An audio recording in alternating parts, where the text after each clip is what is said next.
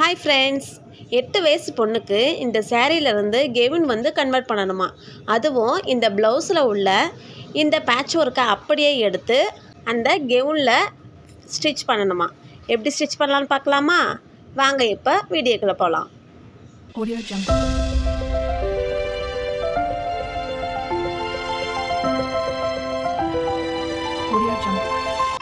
இந்த பட்டு பாவாடையோட சட்டை தான் நான் இப்போ அளவு எடுக்க போகிறேன். இது இந்த 8 வயசு பொண்ணுக்கான கரெக்டாக இருக்கும்னு சொல்லி கொடுத்தாங்க. இதை தான் இப்போ நம்ம நான் என்ன லைனிங் எடுத்திருக்கேன்னு பார்த்தீங்கன்னா, வேட்டி துணி தான் லைனிங்காக எடுத்திருக்கேன். இது பரவாயில்ல, சும்மா சாதாரணமாக போடுறதா அப்படின்னு சொல்லவும் வேட்டி துணியை லைனிங்காக எடுத்துக்கிட்டாச்சு. இப்போ இதை என்னென்ன அளவு நான் எப்படி மார்க் பண்ணுறேன்னு பாருங்கள். 4 துணியை ஃபோல்ட் பண்ணிக்கணும். அதாவது லைனிங் துணி நம்ம வேட்டி துணி எடுத்துருக்கோம் பார்த்திங்களா, அதை 4ஆக மடித்து விட்டுட்டு இதை நம்ம அளவு துணியாக எடுக்கிறதையும் 2ஆக மடிச்சுக்கணும். எப்போவுமே மடித்த பக்கம் நம்மளை பார்த்து இருக்க மாதிரி மடித்து வச்சுக்கோங்க. இப்போ ஆம் ஹோலு, அதாவது நெக்கு, அப்புறம் மேலே ஷோல்டருக்கு அங்கிட்டு ஆம் ஹோலு, இதை எல்லாமே நம்ம கரெக்டான அளவு என்னவோ அதை மார்க் பண்ணிக்கலாம்.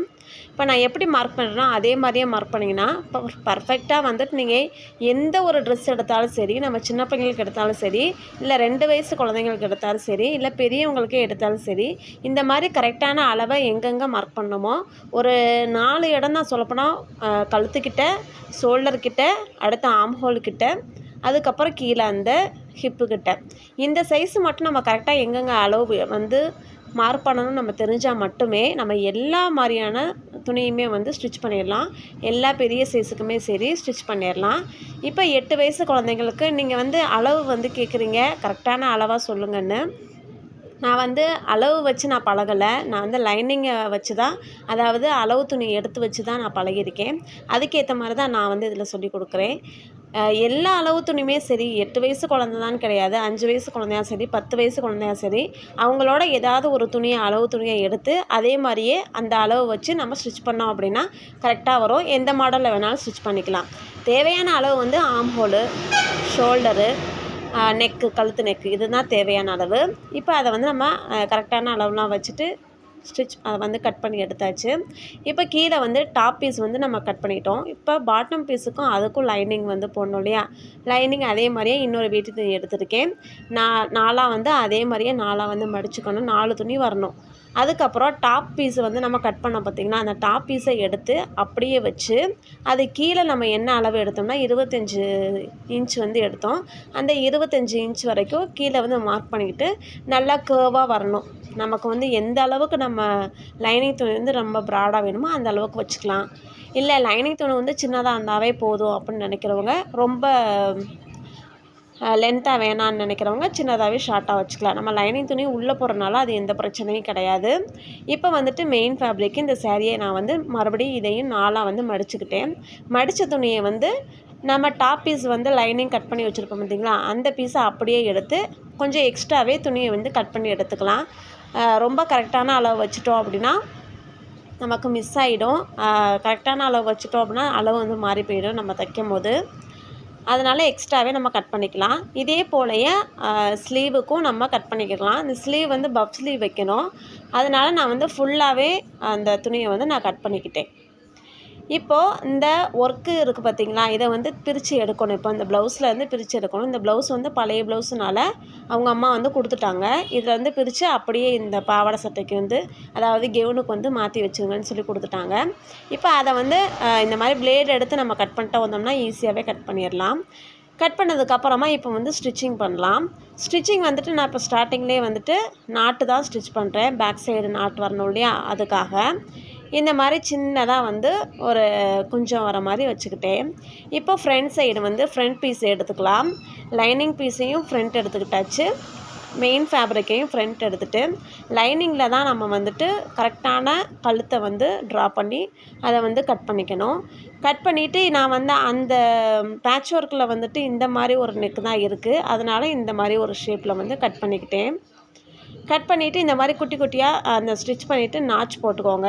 எந்த இடத்துல அந்த டேர்னிங் இருக்கோ அந்த இடத்துல நல்லா குழிவாக வெட்டிட்டு இந்த மாதிரி மேலே படிமானமாக ஒரு தையல் போட்டுட்டு அதுக்கப்புறம் நம்ம திருப்பணும் அப்படின்னா நம்ம எந்த ஷேப் பண்ணாலும் சரி, எந்த மாதிரி வளைவாக வெட்டினாலும் சரி, இந்த மாதிரி நம்ம மேலாக ஒரு ஸ்டிச் போட்டுட்டோம் அப்படின்னா சூப்பராக பர்ஃபெக்டாக வந்துடும். பிகினர்ஸாக இருந்தால் இதை கண்டிப்பாக ட்ரை பண்ணுங்கள். இந்த மாதிரி ட்ரை பண்ணுங்கள். ஃபுல்லாக வந்துட்டு ஒரு கோட்டிங் வந்து விட்டால் மட்டும்தான் நம்ம எந்த மாதிரியான கிளாத்தாக இருந்தாலும் பிகினர்ஸுமே இப்போ தான் நான் கற்றுக்குறேன் அப்படின்றவங்க கூட ஈஸியாக வந்து ஸ்டிச் பண்ணிக்கலாம். அதாவது கிரேப் சில்க்கு அது வந்து ரொம்ப நொல்லுன்னு இருக்கும். அப்புறம் பூனம் சாரீ, அதாவது ஜார்ஜெட்டி கிளாத்துன்னு சொல்லுவாங்க, அதுவும் ரொம்ப நொல்லுன்னு தான் இருக்கும். இந்த மாதிரி நம்ம கிளாத்தில் சுடிதார் தைச்சாலும் சரி, இல்லை சேரீ வந்து ப்ளவுஸ் தைச்சாலும் சரி, அதுக்கு வந்து கரெக்டான அளவில் நம்ம இப்போ லைனிங்கை மட்டும் கரெக்டான அளவு வச்சுட்டு ஃபுல்லாகவே ஓவராக ஒரு தையல் போட்டுட்டு அதுக்கப்புறம் அதை கட் பண்ணி எடுத்துட்டோம்னா அழகாக நீட்டாக எந்த மாதிரி துணியாக இருந்தாலும் ஃப்ரண்ட்டில் வந்து சுருக்கம் வராமல் நீட்டாக வந்து தைக்கலாம். இப்போ வந்து அந்த பேட்ச் ஒர்க்கை வந்து இந்த நெக்கு கிட்ட வந்து வச்சுக்கிறேன். நெக் டிசைனில் இப்போ பாருங்கள், நம்ம வந்து சாதாரணமாக தைச்சது தான், பார்த்தா கடையில் வாங்கின மாதிரியே இருக்கும். அந்த மாதிரி நீட்டாக வந்து இந்த பேட்ச் ஒர்க் வச்ச உடனே இந்த ட்ரெஸ்ஸுக்கு வந்து ஒரு அழகு கொடுக்குது. இந்த மாதிரி நம்மக்கிட்ட பழைய சேரீ இதெல்லாமே ஓல்டு மாடல் தானே, நம்ம முன்னாடி போட்டிருப்போம். இப்போ அது யூஸ் இல்லாமல் இருக்கும் சில தாய்மார்களுக்கு. அவங்கெல்லாம் இந்த மாதிரி கூட எடுத்து நம்ம பிள்ளைங்களுக்காக செஞ்சு போட்டுக்கலாம். இந்த மாதிரி எல்லா டெய்லர்ஸ்கிட்டையும் இது மாதிரி கொடுத்து கூட கேளுங்க, கண்டிப்பாக செஞ்சு தருவாங்க. இப்போ இதே மாதிரியே நான் நெக் டிசைன் வந்துட்டு பேக் சைடு வந்து இந்த மாதிரி நாட்டு வச்சு வர மாதிரி தான் வைக்க போகிறேன். அந்த நாட்டு வந்து நம்ம ஆல்ரெடி முன்னாடியே வந்து ஸ்டிச் பண்ணி டர்ன் பண்ணி எடுத்து வச்சாச்சு. அதே போல் குஞ்சமும் 2 குஞ்சமாக வர மாதிரி பண்ணியாச்சு. இப்போ இந்த நாட்டை வந்து 2 கிளாத்துக்கும் நடுவில் வைக்கணும். எப்போவுமே என்ன பண்ணுவாங்கன்னா ஃபுல்லாகவே தையல் முடித்ததுக்கப்புறம் கடைசியாக வந்து வெளியில் வைப்பாங்க. அப்படி வெளியில் வச்சா இந்த மாதிரி டிசைனுக்கு வெளியில் வைக்கக்கூடாது. இந்த மாதிரி எப்போதுமே சரி, இந்த டிசைனு மட்டும் இல்லை, நீங்கள் எந்த மாதிரியான ஒரு ப்ளவுஸோ சரி இல்லை சுடிதாரோ சரி ஸ்டிச் பண்ணால் இந்த மாதிரி உள்ளுக்குள்ளேயே வச்சு 2 துணிக்கு நடுவில் வச்சு நம்ம ஸ்டிச் பண்ணிட்டோம் அப்படின்னா நம்ம துணி வந்து நம்ம நாட்டு வந்து தனியாக ஃபிட் பண்ண மாதிரி இருக்காது. பார்க்க ரொம்ப நீட்டாக நம்ம தச்ச அந்த கிளாத்தோடு சேர்ந்து வந்த மாதிரி தான் இருக்கும். அதனால் இந்த மாதிரி ட்ரை பண்ணி பாருங்கள். இப்போ ஃபுல்லாகவே வந்து ஃபினிஷ் பண்ணியாச்சு. அந்த டிசைனுக்கு ஏற்ற மாதிரி ஃபினிஷ் பண்ணிவிட்டு கரெக்டாக எந்தெந்த இடத்துல அந்த டேர்னிங்லாம் இருக்கும் அந்த இடத்துல இந்த மாதிரி குட்டி குட்டியாக நாட்சஸ் வந்து கட் பண்ணிக்கலாம். கட் பண்ணி எடுத்ததுக்கப்புறம் பின்னாடி வந்து ஒரு தையல் வந்து மேலாக போட்டாலும் போடலாம். அப்படி இல்லைன்னா நம்ம டேரெக்டாக வந்து ஸ்டிச் பண்ணிக்கலாம். பிகினர்ஸாக இருந்தால் நான் இப்போ தான் கற்றுக்கிட்டு இருக்கேன் அப்படின்றவங்க கண்டிப்பாக வந்து ஒரு தையல் போட்டுட்டு அதுக்கப்புறம் இந்த மாதிரி திருப்பி வச்சு தையல் போடுங்க. இல்லைன்னா அங்கங்கே வந்து எடுத்து விட்டுக்கிட்டே போகிற மாதிரி இருக்கும்.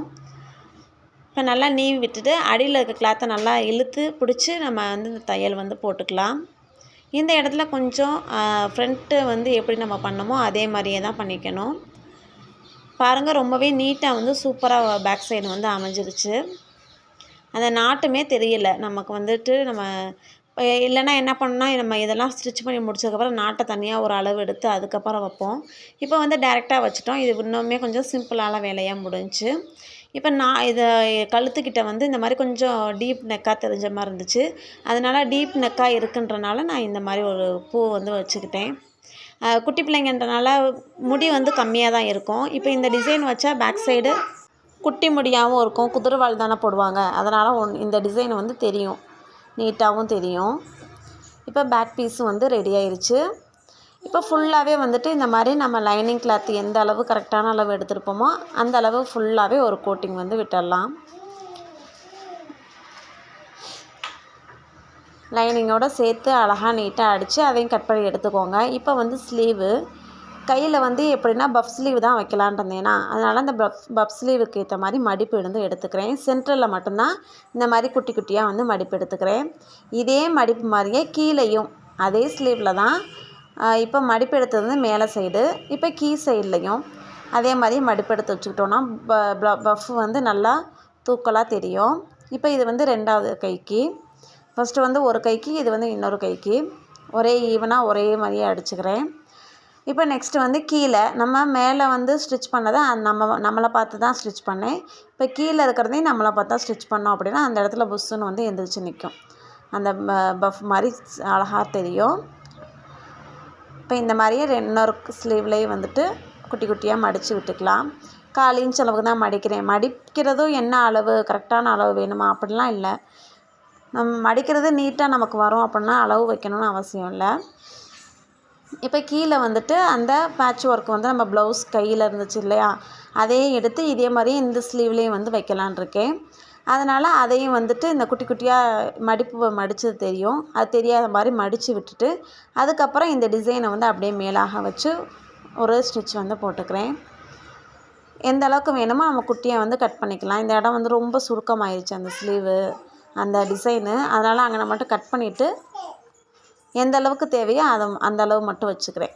வச்சுட்டு மீதி எல்லாமே கட் பண்ணி எடுத்துட்றேன். பாருங்கள், அழகாக நீட்டாக வந்து தெரிஞ்சிருச்சு. சூப்பராக இருக்கு இல்லையா? இப்போ 2 ஷோல்டருமே நம்ம 2 பீஸ் அடித்தோம். ஃப்ரண்ட் பீஸும் அடித்தாச்சு. டாப் பீஸ், அதாவது டாப் பீஸில் ஷோல்டரை வந்து ஜாயின் பண்ணிக்கலாம். ஷோல்டர் வந்து நம்ம எப்போவுமே 1/4 இன்ச் அளவுக்கு கேப் விட்டுருப்போம். கேப் விட்டு தான் வந்து கட்டே பண்ணியிருப்போம்.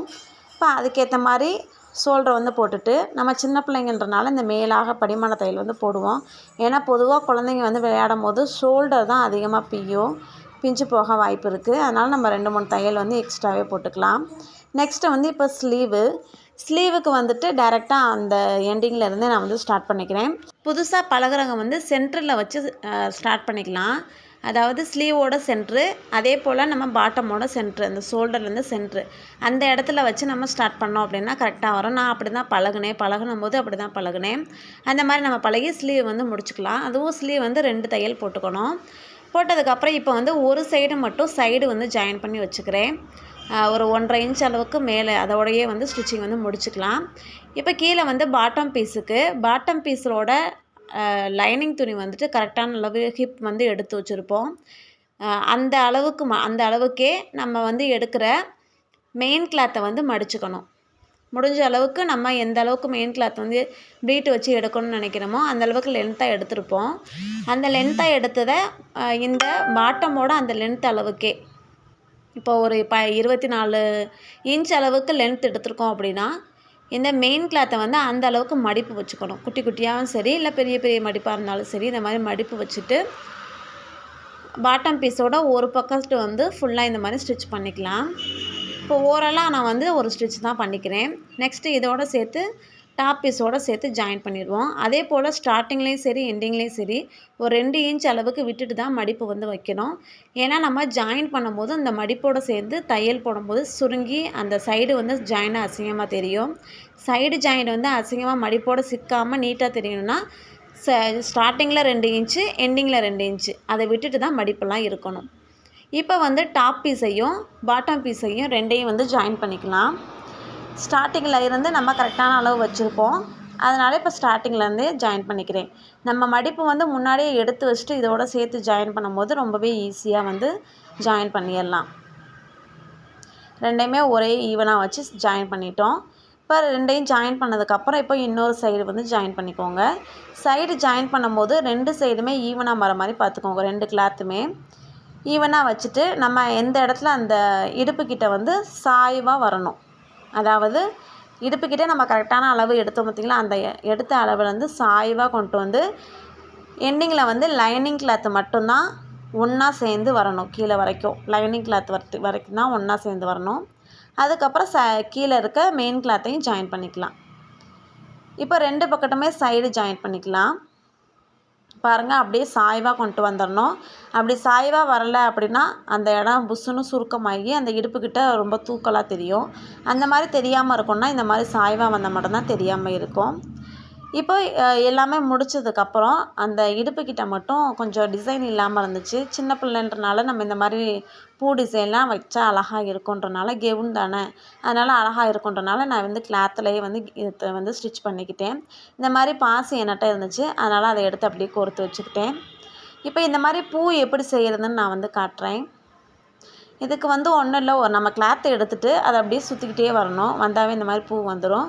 நல்லாயிருக்கு இல்லையா? இதே மாதிரியே பாருங்கள். இப்போ நான் பூ வந்து எப்படி செய்யணும்னு காட்டுறேன். 2 இன்ச் அளவுக்கு அகலத்தில் கொஞ்சம் லென்த்தாக வந்து ஒரு துணி எடுத்துக்கிறேன். துணி எடுத்துகிட்டு அதை 2ஆக மடித்து போட்டுட்டு நம்ம நாட்டுக்கு எப்படி திருப்புவோம் அந்த மாதிரி இதை வந்து திருப்பிக்கணும். அதனால தான் ஓரமாக வந்து தையல் போட்டுட்ருக்கேன். இதை வந்து அப்படியே நாட்டை வச்சு திருப்பிக்கணும். ஃபஸ்ட்டு நான் வந்து விளக்கமாறு குச்சியை தான் வச்சு திருப்பிகிட்ருக்கேன். நான் எப்போவுமே இந்த விளக்கமாறு குச்சியில் தான் வச்சு திருப்பிகிட்ருக்கேன். இன்னும் அந்த திருப்புற ஊசி வந்து வாங்கலை. சரி, நமக்கு கிடைச்ச ஆயுதம் தான் இது இருக்கேன் விளக்கமாறு குச்சி, அதனால் இதை வந்து எடுத்து திருப்பிடுறது. ஏன்னா இந்த மாதிரி ரொம்ப பெருசாக இருக்கிறதெல்லாம் ஈஸியாக திருப்பிடலாம். திருப்பியாச்சு. இப்போ வந்துட்டு இதை பாருங்கள், ஒரு 2 3 மடிப்பு இப்படி மடிச்சுட்டு இப்போ சுற்றிலும் மடிக்கணும். இப்படி சுற்றி மடித்தாலாவே நமக்கு அழகாக நீட்டாக வந்து ரோஜாப்பூ மாதிரி நமக்கு கிடச்சிரும். எல்லா துணியிலையுமே இந்த மாதிரி பண்ணலாம், அழகாக நீட்டாக இருக்கும். இந்த மாதிரி வச்சுட்டு நம்ம சின்ன பிள்ளைங்கன்றனால இந்த மாதிரி ஷோல்டரில் வைக்கலாம், இல்லை இடுப்புக்கிட்ட வைக்கலாம், இல்லை மொத்தமாக வந்து ஒரு பக்கமாக வச்சுருப்பாங்க. அதெல்லாம் அழகாக கடையில் அந்த ஷாப்புங்களில் வந்துட்டு நல்லாயிருக்கும் ட்ரெஸ்ஸுங்களில். இப்போ பின்னாடி வச்சுட்டு ஊசி எடுத்து ஃபுல்லாகவே நம்ம சுற்றின அந்த கிளாத்து வந்து நழுவாமல் இருக்கிறதுக்காக ஊசியை வச்சு குத்திக்கிறேன். ஊசியை வச்சு தையல் போட்டுக்கிறேன். இப்போ சென்டரில் வந்து ஒரே ஒரு பீட் எடுத்து வச்சுக்கலாம். இது மாதிரி கொஞ்சம் வெள்ளை கலரில் ஒன்று இருந்துச்சு, அதனால அதை எடுத்து அப்படியே வச்சுட்டேன். பொதுவாக இந்த மாதிரி பாசி ஏதாவது குழந்தைங்க இதில் ட்ரெஸ்லேருந்து விழுகும், இந்த மாதிரிலாம் விழுந்தாலாம் எடுத்து வச்சுக்கலாம். நம்மள மாதிரி டைலர்ஸ் இருக்கவங்க ஏதாவது ஒன்று வந்து நமக்கு யூஸ் ஆகும். அதனால் இந்த மாதிரி ஏதாவது ஒரு டிசைன் இருந்தாலும் எடுத்து வச்சுருவேன். ட்ரெஸ்ஸில் டிசைன் இருந்தாலும் எடுத்து வச்சுருவேன். எதையுமே வேஸ்ட் ஆக்க மாட்டேன்.